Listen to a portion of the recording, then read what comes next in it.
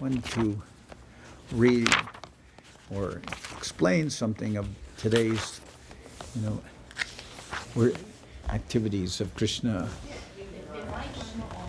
Oh, microphone. Okay, just as well. Okay.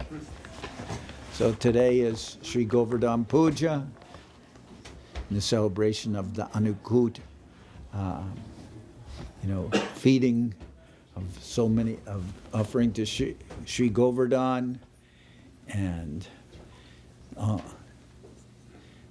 divine Leela of Sri Krishna, which we sing about and glorify how Krishna reduced the pride of Indra.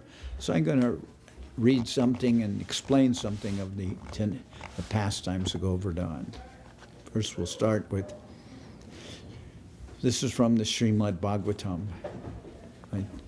Translation and commentary by Srila Prabhupada, Bhaktivedanta Swami Prabhupada. Sri Shuko Vacha Bhagavan Api Tatraiva Baladevena Samyuta Apashyan Nivasan Goban Indra Yaga Krito Jaman. Sukadeva Goswami said, while staying in that very place with his brother Baladev, Lord Krishna happened to see the cowherd men busily arranging for a sacrifice to Indra. So as explained, the place where they're staying is where the wives, the Brahmins were offering puja, and the different cowherd boys went there to where the Brahmins were offering puja and said, Krishna's nearby with his brother Baladev. They're very hungry and they're requesting that you give something for them to eat. And the Brahmins were very, very Vedic, ritualistic Brahmins. And they said, well, don't bother us now, you boys. We're still in the middle of the puja and we can't be bothered yet.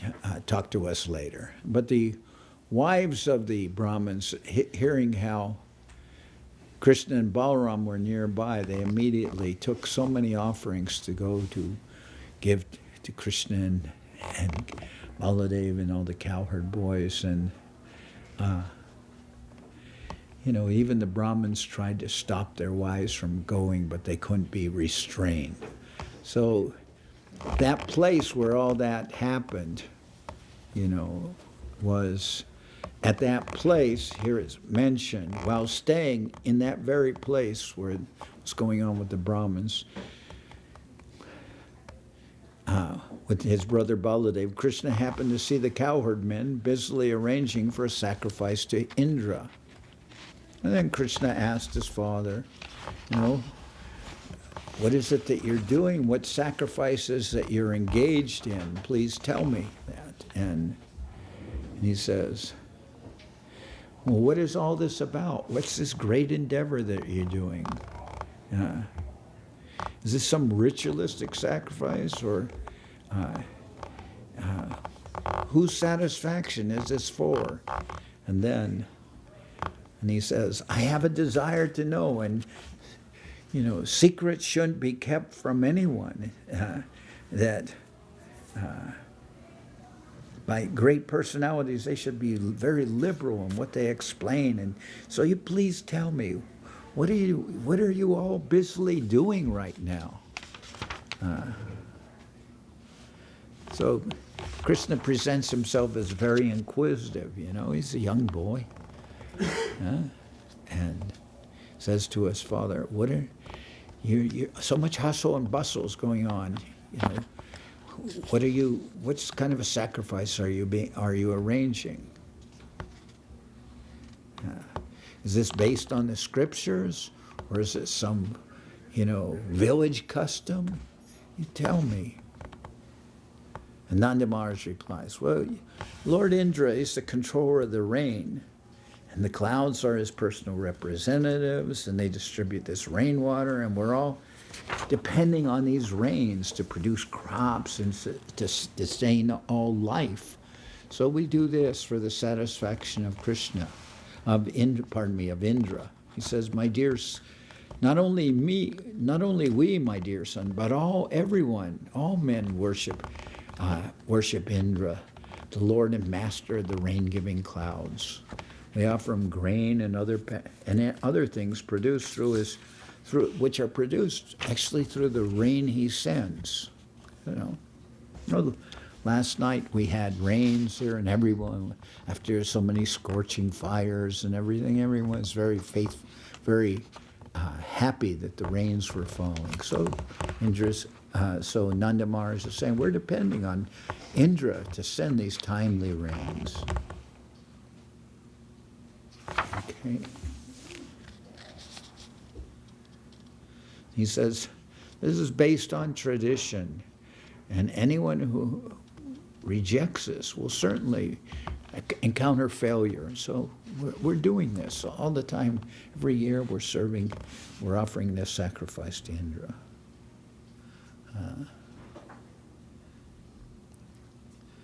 But, Krishna, when he's present, he wants that Ananya Bhakti is going on. He wants that pure devotion is going on. He's not thinking that, that some demigod who sends rain, although he may be the great Lord Indra, and that these persons should not be worshipped independently of their relationship with the Lord. And Krishna is, of course, that Lord, and he's appearing in Vrindavan. So he wants, as Srila Maharaj explains, Krishna wants our whole heart. Even if he may come into our heart and only have a place in our heart initially, he won't be satisfied with just a corner of our heart. He will take that whole heart. He wants all of our affection. So Krishna is establishing this pure devotion when he's present. And Krishna says, so why should we be so much concerned about this, about satisfying Indra when all living entities are just acting and they're engaged in their own activities, and by the force of their activities, they will get the results of their activities. So we're engaged in so many activities and, tending the cows and farming and everything. So by our activities, we're getting some result. What does Indra have to do with all of this? Krishna is deliberately speaking in a way to enrage Indra, because he's speaking as if, everything's based on karma kanda, just that you will do your activities and then you will get the results. But Indra's listening and hearing all this, and he's thinking,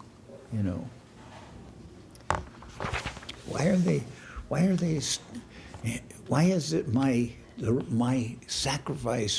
Why is that this Krishna, why should he speak in this way to discourage people in actually worshiping me and engaging in sacrifice to me?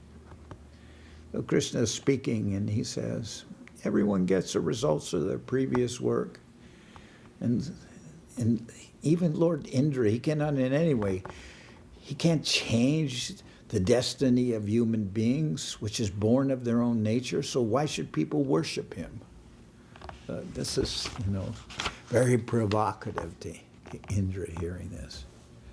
Every individual is under the control of his own conditioned nature, and thus he must follow that nature. This entire universe, with all its demigods, demons, and human beings, is based on the conditioned nature of the living entities.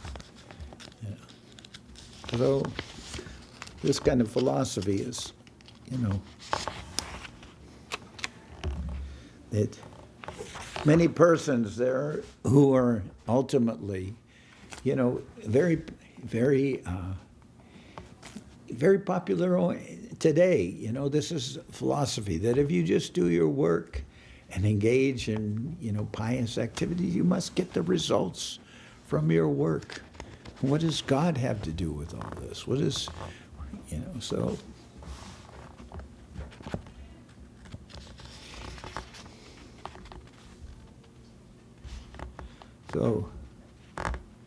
So Krishna explains, like the idea of the Varnashram Dharma. He says the Brahmins are engaged in studying and teaching. The members of the royal order, they're engaged in protecting the earth. The Vaishyas are engaged in farming and cow protection. And that's our community. We are Vaishyas. We're engaged in farming and in cow protection. That is our real responsibility. So then Krishna speaks that actually he says, impelled by the material mode of passion, the clouds pour down their rain everywhere. And by this rain, all creatures gain their sustenance. What has the great Indra to do with all this arrangement? So Krishna is deliberately, minimizing the importance of Indra. And then Krishna says, rather than worshiping Indra, we would be better off worshiping Govardhan Hill. Because this Govardhan Hill is actually providing us with sustenance, gives nice grass to the cows, and gives us, so much protection, and nice streams are flowing there, and we're getting ample grains, and we have more of a relationship with this Govardhan Hill than we do with Indra. So my suggestion, Krishna says, then let us engage in worshiping Govardhan Hill rather than Indra. Govardhan Hill, that's something we can see before us, something very, very present. And that is an integral part of our life. Then we're much better off worshiping Govardhan Hill than Indra. And Krishna is very charming and persuasive. So then Nanda Maharaj, Krishna says, we'll make a big puja to Govardhan Hill, and then we'll distribute the food to everyone, even to the animals, and everyone will be very happy in this way. So then everyone will take to their satisfaction. So you should all dress up very nicely, perform the sacrifice to Govardhan. Then Krishna says, this is my ideal, Father, and you may carry it out if it appeals to you. Such a sacrifice will be very dear to the cows, the Brahmins, and Govardhan Hill, and also to me. So then Lord Krishna, who is himself powerful time, desired to destroy the false pride of Lord Indra. When Nanda and the other senior men of Vrindavan heard Sri Krishna's statement, they accepted his words as proper. But then, Nanda Maharaj says, well, we can do that, but maybe we should worship, Indra first, and then afterwards we can worship Govardhan Hill. And Krishna says, no time for that. We want to just proceed with this sacrifice. So let's take all the articles that we've gathered for Indra and everything, and we'll begin immediately with the worship of Govardhan Hill. Then whatever Krishna suggested, the cowherd men, they all engaged in what he asked for. They arranged for the Brahmins to recite auspicious Vedic mantras, and using the paraphernalia that had been intended for Indra's sacrifice, they presented offerings to Govardhan Hill and the Brahmins with reverential respect. They also gave grass to the cows, Godan, Gokrida. Then placing the cows, bulls, and calves in front of them, they circumambulated Govardhan. And the gopis followed along, riding on, all the cowherd ladies riding on wagons drawn by oxen. They sang the glories of Lord Krishna, and their songs mingled with the Brahmins' chanting of benedictions. Krishna then assumed an unprecedented huge form to install faith in the cowherd men, declaring, I am Govardhan Mountain, I am Govardhan. He ate the abundant offerings. Then, together with the people of Braja, the Lord bowed down to this form of Govardhan Hill, which is his own self. That he's bowing down to Govardhan Hill. Thus, in effect, offering obeisances to himself. Then he said, just see how this hill has appeared in person and bestowed mercy upon us. You know. This Govardhan Hill, assuming any form he wishes, will kill any residents of the forest who neglect him. Therefore, let us pay our obeisances to him for the safety of ourselves and our cows. And the members of the cowherd community, having thus been inspired by Krishna to properly execute the sacrifice to Govardhan Hill, the cows and the Brahmins returned with Lord Krishna to their village Braja. So, this way. You know. Then, naturally, this is going to create some, this is designed to create some response from Indra, because Indra is feeling that I'm very important, and I'm the king of this universe, and certainly, I'm controlling the rains, and they have properly worshipped me in the past, but now because of this Krishna, this has been interrupted. When Indra understood that his sacrifice had been put aside, he became furious with Nanda Maharaj and the other cowherd men who were accepting Krishna as their lord. Oh.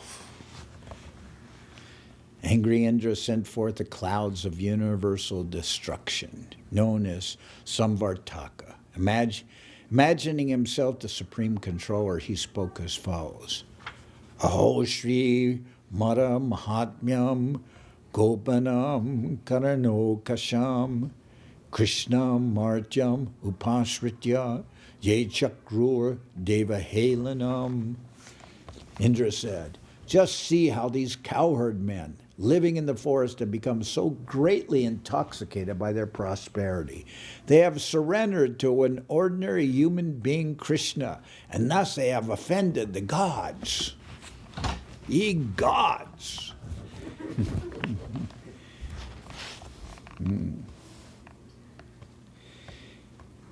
Yatar dai karma maya yatard yatadridai karma maya kratubir namano nibai vidyam anvikshikim hitva tatirshanti pavarnavam. Taking shelter. They're taking shelter of Krishna just like the foolish attempt of men who abandon knowledge of the self and instead try to cross over the great ocean of material existence in the false boats of fruitive ritualistic activities, ritualistic sacrifices. They don't know. They don't know what they're doing. These cowherd men have acted inimically toward me by taking shelter of this ordinary human being, Krishna, who thinks himself very wise, but who is simply a foolish, arrogant, over-talkative child. Vachalam balisham stabdam agyam pandita maninam krishnam martyam upashritya gopa me chakra apriyam. To the clouds of destruction, King Indra said, the prosperity of these people has made them mad with pride, and their arrogance is backed up by Krishna. Now go and remove their pride and bring their animals to destruction. Drown those cows. I will follow you to Braja, riding on my elephant, Airavata, and taking with me the swift and powerful wind gods to decimate the cowherd village of Nanda Maharaj. Sukadeva Goswami said, on Indra's order, the clouds of universal destruction, released untimely from their bonds, went to the cowherd pastures of Nanda Maharaj. There they began to torment the inhabitants by powerfully pouring down torrents of rain upon them. Propelled by the fearsome wind gods, the clouds blazed with lightning bolts and roared with thunder as they hurled down hailstones. As the clouds released torrents of rain, as thick as massive columns, the earth was submerged in the flood, and high ground could no longer be distinguished from low. The cows and other animals, shivering from the excessive rain and wind, and the cowherd men and ladies, pained by the cold, all approached Lord Govinda for shelter. Trembling from the distress brought about by the severe rainfall, and trying to cover their heads and calves with their own bodies, the cows approached the lotus feet of the Supreme Personality of God. So even the cows are trying to protect their calves, trying to cover themselves with their own bodies, cover their heads and calves. The cowherd men and women addressed Krishna. Krishna, Krishna Mahabhaga, Tvannatam Gokulam Prabho, Tratum Arhasi Devana, Kupitad Bhaktavatsala. Krishna, Krishna, O most fortunate one, please deliver the cows from the wrath of Indra. O Lord, you are so affectionate to your devotees. Please save us also. Seeing the inhabitants of his Gokula rendered practically unconscious by the onslaught of hail and blasting wind, Lord Hari understood that this was the work of angry Indra. Krishna said to himself, because we have stopped his sacrifice, Indra has caused this unusually fierce, unseasonable rain, together with terrible winds and hail. But I will completely counteract this disturbance caused by Indra. Demigods like Indra are proud of their opulence, and out of foolishness they falsely consider themselves the Lord of the universe. I will now destroy such ignorance. So this is one of the principal, lessons to be shown here is how Indra, his position, he's falsely proud. He's thinking himself the supreme. He doesn't understand his relationship with Krishna, and he's thinking because his sacrifice has been stopped, then he'll teach these cowherd men a lesson, and he'll show them, why are you taking shelter of this boy? Who is this boy? He's falsely misleading you. Since the demigods are endowed with the mode of goodness, Krishna is saying, the false pride of considering oneself the Lord should certainly not affect them. When I break the false prestige of those bereft of goodness, my purpose is to bring them relief. And Krishna decides that he has to protect, of course, all of Vrindavan, the cowherd men, the cows, the gopi, everyone. They're all, in extreme distress by Krishna sending untimely, says Samvartaka, clouds, winds, hail, rain. Having said this, Krishna picked up Govardhan Hill with one hand and held it aloft just as easily as a child holds up a mushroom.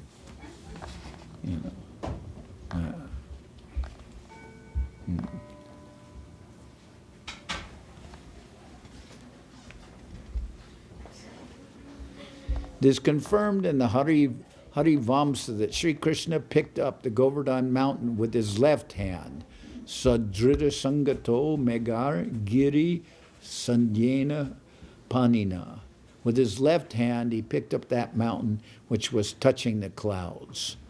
According to Srila Vishwanath Chakravarti, when Lord Krishna was preparing to lift Govardhan Hill, a partial expansion of his Yogamaya potency named Samhariki temporarily removed all the rain from the sky so that as he ran very swiftly from the porch of his house to the mountain, neither his turban nor other garments became wet.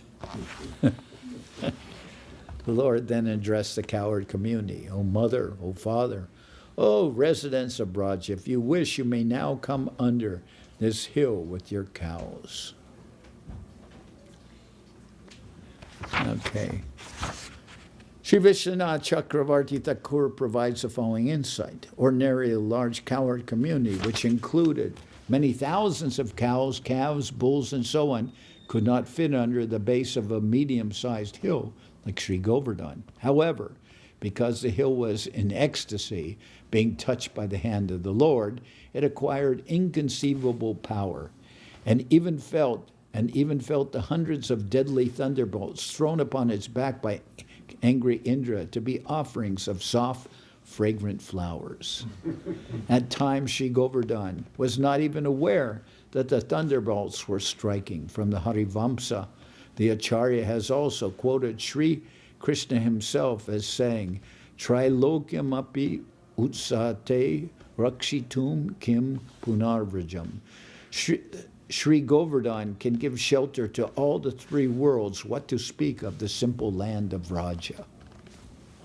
When Indra's attack began and Krishna lifted the hill, the deer, wild hogs, and other animals and birds standing on the hill's flanks climbed up to its peaks, and even they did not experience the slightest distress. And all this is pictured on the, on the front of the Sri Chaitanya Saraswat Mat. You should have no fear that this mountain will fall down from my hand. And don't be afraid of the wind and rain. For your deliverance from these afflictions has already been arranged. Their minds thus pacified by Krishna, they all entered beneath the hill, where they found ample room for themselves and all their cows, wagons, servants, and priests, and for all other members of the community as well. Then Krishna, forgetting hunger and thirst and putting aside all considerations of personal pleasure, stood there holding up the hill for 7 days as the people of Vraja gazed upon him. When Indra observed this exhibition of Krishna's mystic power, he became most astonished. Pulled down from his platform of false pride and his intentions thwarted, he ordered his clouds to desist. Seeing that the fierce wind and rain had now ceased, the sky had become clear of rain clouds, and the sun had risen, Lord Krishna, the lifter of Govardhan Hill, spoke to the cowherd community as follows. My dear cowherd men, please go out with your wives, children, and possessions. Give up your fear. The wind and rain have stopped, and the river's high waters have subsided.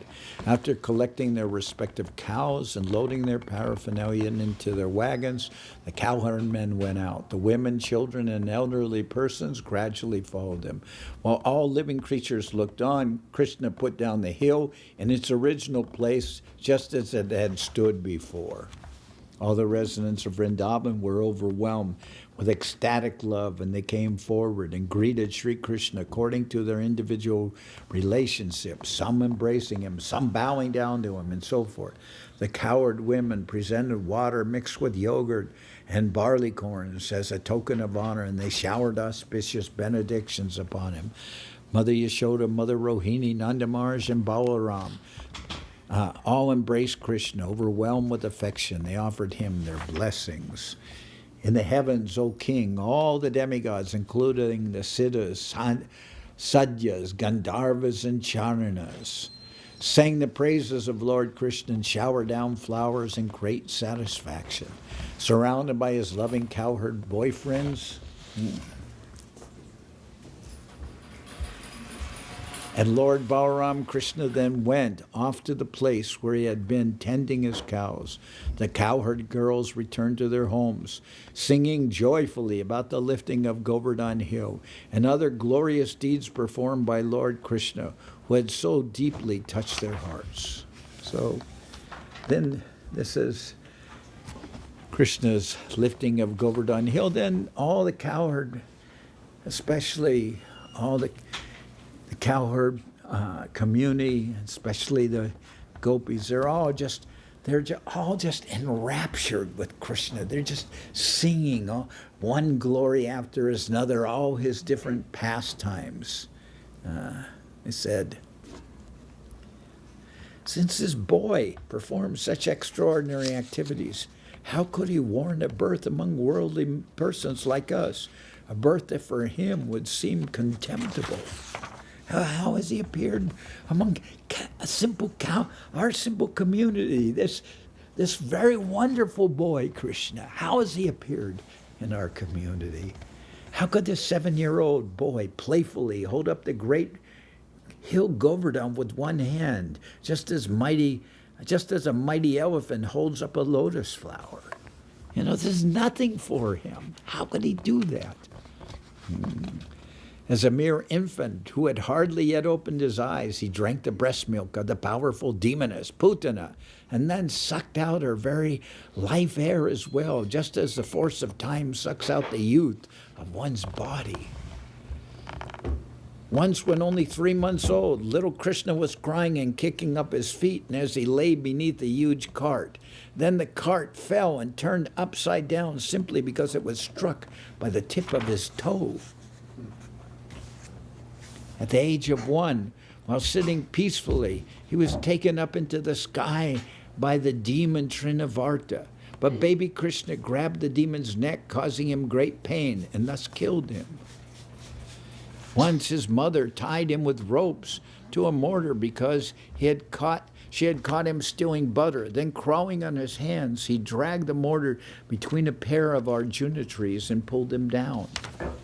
Another time, when Krishna was tending the calves in the forest, together with Balaram and the cowherd boys, the demon Bakasura came with the intention of killing Krishna. But Krishna seized this inimical demon by the mouth and tore him apart. How could he do that?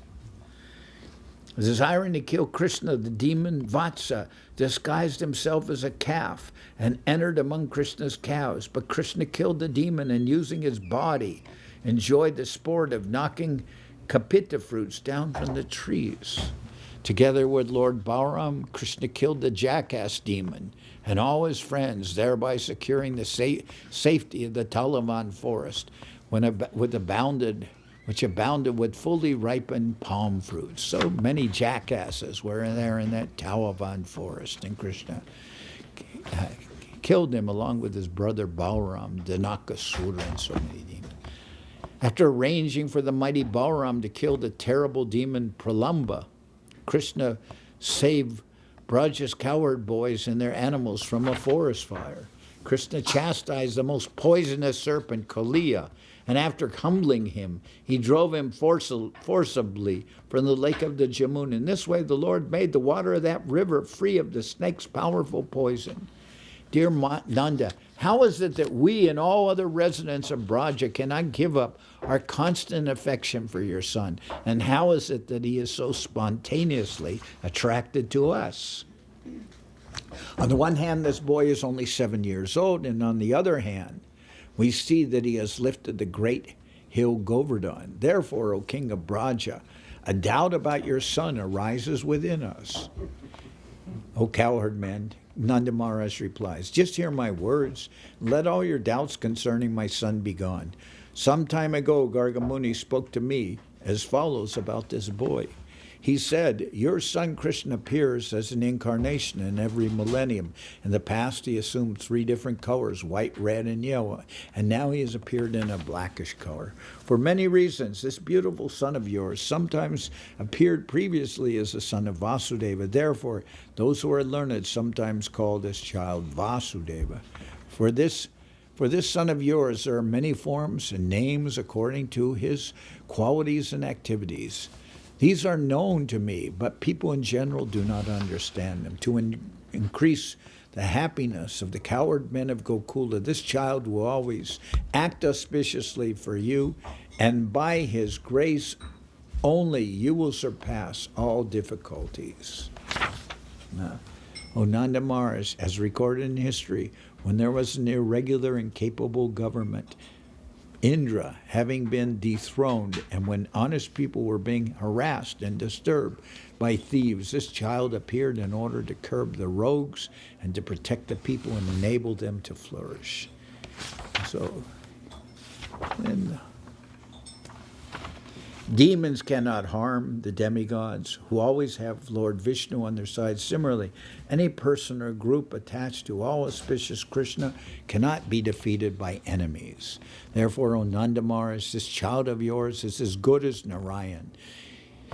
In his qualities, opulence, name, fame, and influence, he is exactly like Narayan. Thus you should not be astonished by his activities. Nanda Maharaj continued, after Garga Rishi spoke these words to me and returned home, I began to consider that Krishna, who keeps us free from trouble, is actually an expansion of Lord Narayan. He is Narayan himself. Having heard Nanda Maharaj relate statements of Garga Muni, the residents of Vrindavan became enlivened. Their perplexity was gone, and they worshipped Nanda and Lord Krishna with great happiness and great respect. Srila Jiva Goswami explains in this verse the word anarchu indicates that the residents of Vrindavan honored Nanda and Krishna with such offerings as fragrances, garlands, and garments brought from their homes. Srila Vishwanath Chakravarti Thakur adds that the residents of Vrindavan honored Nanda and Krishna with loving offerings of jewels and gold coins. Apparently, Lord Krishna was playing in the forest when this conversation took place. So when he returned home, the residents of Vrindavan encouraged him by decorating him with beautiful yellow garments, necklaces, armlets, earrings, and crowns, and by shouting, all glories to the jewel of Vrindavan. Indra became angry when his sacrifice was disrupted, and thus he caused rain and hail to fall on Gokula, accompanied by lightning and powerful winds, all of which brought great suffering to the cowherds, animals, and women there. When Lord Krishna, who is by nature always compassionate, Make room for Govardhan. It's a big hill, we need a lot of room. When Krishna, who is always compassionate, saw the condition of those who had only him as their shelter, he smiled broadly and lifted Govardhan Hill with one hand, just as a small child picks up a mushroom to play with it. In this way, he protected the cowherd community. May he, Govinda, the Lord of the cows and the destroyer of Indra's false pride, be pleased with us. Okay? So I want to read a little bit more here.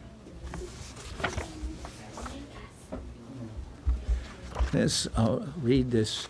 Now in this chapter, Lord Indra, he offers his prayers and along with Surabhi, his cow. It's the Surabhi cow, pardon me. Sukadeva Goswami said after Krishna had lifted Govardhan Hill and thus protected the inhabitants of Braja from the terrible rainfall, Surabhi, the mother of the cows, came from her planet to see Krishna.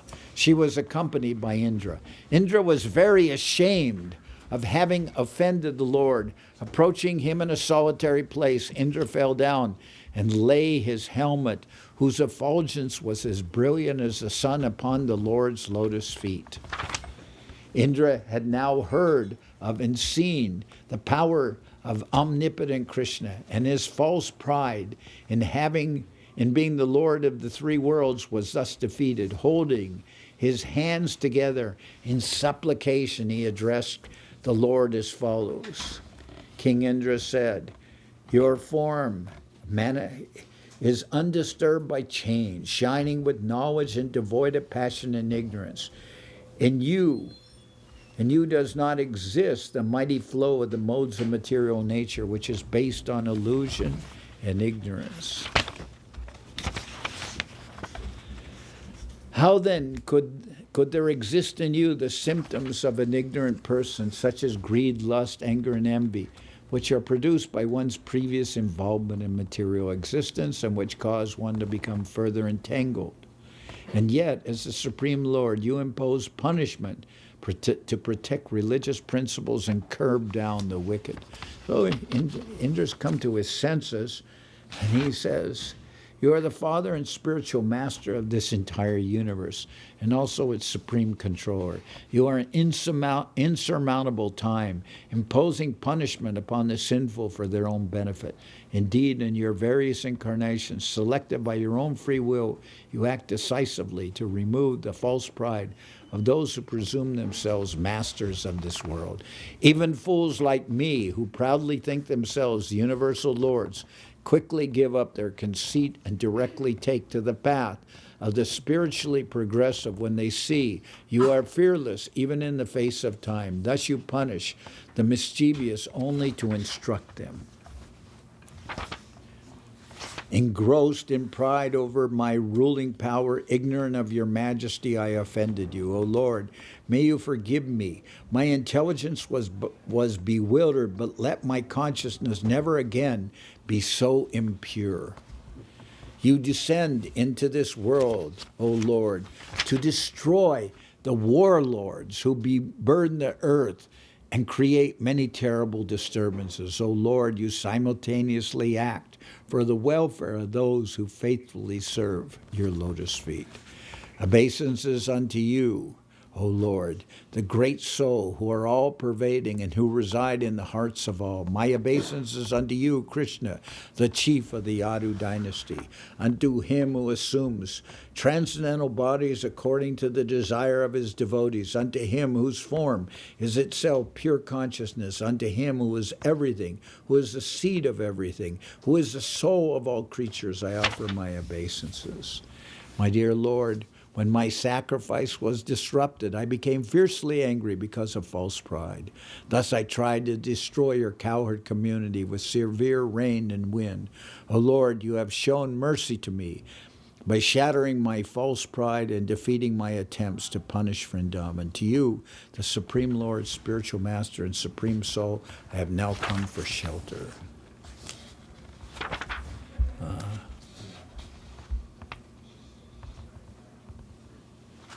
So Indra offers many prayers to Krishna, and Krishna is glorified by Krishna, and Krishna's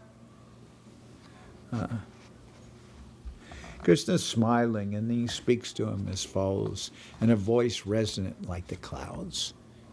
My dear Indra, it was out of mercy that I stopped the sacrifice meant for you. You were greatly intoxicated by your opulences as King of Heaven, and I wanted you to always remember me. A man blinded by intoxication with his power and opulence cannot see me nearby with the rod of punishment in my hand. If I desire his real welfare, I drag him down from his materially fortunate position. Indra, you may now go. Execute my order and remain in your appointed position as King of Heaven. But be sober, without false pride. Mother Surabhi, along with her progeny, the cows, then offered her obeisances to Krishna, respectfully requesting his attention. The gentle lady addressed the Supreme Lord, who was present before her as a cowherd boy. Mother Surabhi said, O Krishna, Krishna, greatest of mystics, O soul and origin of the universe, you are the master of the world, and by your grace, O infallible Lord, we have you as our master. Srila Vishwanath Chakravarti Thakur points out here that Mother Surabhi, in feeling great ecstasy as she repeats the words, Krishna, Krishna, Krishna lifted Govardhan Hill by his mystic power and thus protected the cows of Vrindavan, whereas her so-called master Indra had tried to kill them. Thus Surabhi now clearly understands that it is not the demigods, but rather Krishna himself, who is her real master forever. You are our worshipable deity. Therefore, O Lord of the universe, for the benefit of the cows, the Brahmins, the demigods, and all saintly persons, please become our Indra.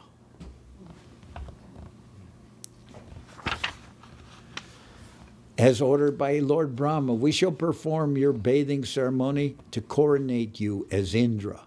O soul of the universe, you descend to this world to relieve the burden of the earth. Sukadeva Goswami said, having thus appealed to Krishna, Mother Surabhi performed his bathing ceremony with her own milk, and Indra, ordered by Aditi and other mothers of the demigods, anointed the Lord with heavenly Ganga water from the trunk of Indra's elephant carrier Airavata. Thus, in the company of the demigods, great sages, Indra coronated Lord Krishna, the descendant of Dashara, and gave him the name Govinda. Yeah. According to the Acharyas, because Indra was embarrassed by his blunder of attacking Vrindavan, he was reluctant to worship the Lord. Therefore, the heavenly mother, such as Aditi, encouraged him to go ahead and do so. Feeling authorized by the encouragement of demigods, less offensive than he, Indra then bathed the Lord. Indra discovered that the beautiful cowherd boy named Krishna is indeed the Lord himself. Tumbaru, Narada, and other Gandharvas, along with the Vidyadharas, Siddhas, and Charanas, came there to sing the glories of Lord Hari, which purify the entire world. And the wives of the demigods, filled with joy, danced together in the Lord's honor. The most eminent demigods chanted the praises of the Lord and scattered wonderful showers of flowers all around him. All three worlds felt supreme satisfaction, and the cows drenched the surface of the earth with their milk. Rivers flowed with various kinds of tasty liquids. Trees exuded honey. Edible plants came to maturity without cultivation, and hills gave forth jewels formerly hidden in their interiors. O Parikshit, beloved of the Kuru dynasty, upon the ceremonial bathing of Lord Krishna, all living creatures, even those cruel by nature, become entirely free of enmity. After he had ceremoniously bathed Lord Govinda, who is the master of the cows and the cowherd community, King Indra took the Lord's permission and, surrounded by the demigods and other higher human beings, returned to his heavenly abode. So, now what is those who worship Govardhan Hill, they'll become free of enmity and they don't have to fear snakes. But those, what is it? How does that? Those who neglect the worship of Govardhan Hill, they put themselves in a precarious position. So now we have brought out here this hill of rice, Govardhan, and you can see many animals have taken shelter. You know, even those who are inimical, like tigers and snakes, and tigers and snakes and bears. Lions? But yeah, lions and pigs. Camels? Yes. Yes, they've all come. So now what we should sing, we'll sing, what shall we sing? Shall we sing, how about Hari Haraya? And we can circumambulate this Govardhan Hill, we'll put in the middle of the room, right? Yeah. Have you ever seen that done? Not anywhere except in our community, but here we are.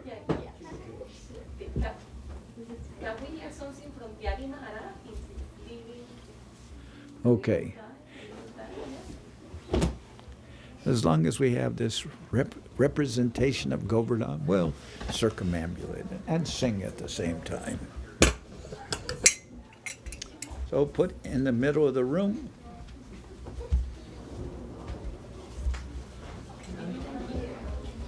First, I'm going to sing, before we do that, I'm going to sing